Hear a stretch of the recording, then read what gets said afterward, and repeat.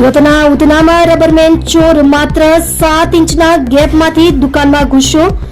ચોરી કર્યા બાદ આરામથી કોલ્ડ્રિંક પીધું, રંગતા રંગતા આવીને રોકડ લઈને રફુ ચક્કર. સુરતના ઉધના વિસ્તારમાં આવેલી ચાની દુકાનમાં ચોરીની એક એવી ઘટના બની છે જે જોઈને પોલીસ પણ ચોંકી ઉઠી છે. ઉધનાના પટેલ નગર પાસે સ્થિત નેશનલ ટી સેન્ટરમાં મધરાત્રે એક અજાણ્યો ચોર ત્રાટક્યો હતો. સામાન્ય રીતે ચોર શટર તોડીને કે તાળું કાપીને ઘૂસતા હોય છે, પરંતુ આ ચોરની ચોરી પેટર્ન સાવ અલગ હતી.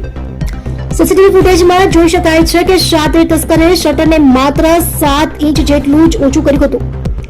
આટલી નાની જગ્યામાંથી કોઈ માણસ અંદર જઈ શકે તે માનવું મુશ્કેલ છે, પરંતુ આ ચોર કોઈ જંગલી જાનવરની જેમ રેંગતા રેંગતા દુકાનની અંદર પ્રવેશ્યો હતો.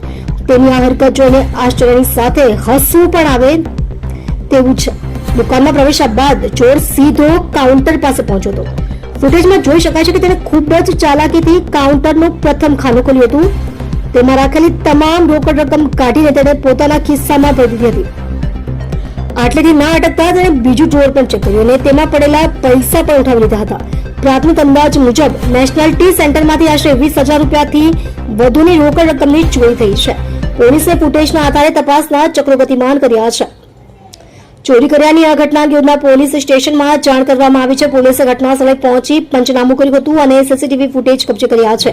ફૂટેજમાં ચોરનો ચહેરો અને તેની ચોરી કરવાની વિશિષ્ટ પદ્ધતિ સ્પષ્ટ દેખાઈ રહી છે, જેના આધારે પોલીસે આસપાસના વિસ્તારોમાં તપાસ શરૂ કરી છે. પોલીસનું કહેવું છે કે આ કોઈ રીઢો ગુનેગાર હોઈ શકે છે જે નાની જગ્યાઓનો ઉપયોગ કરવામાં માહેર છે.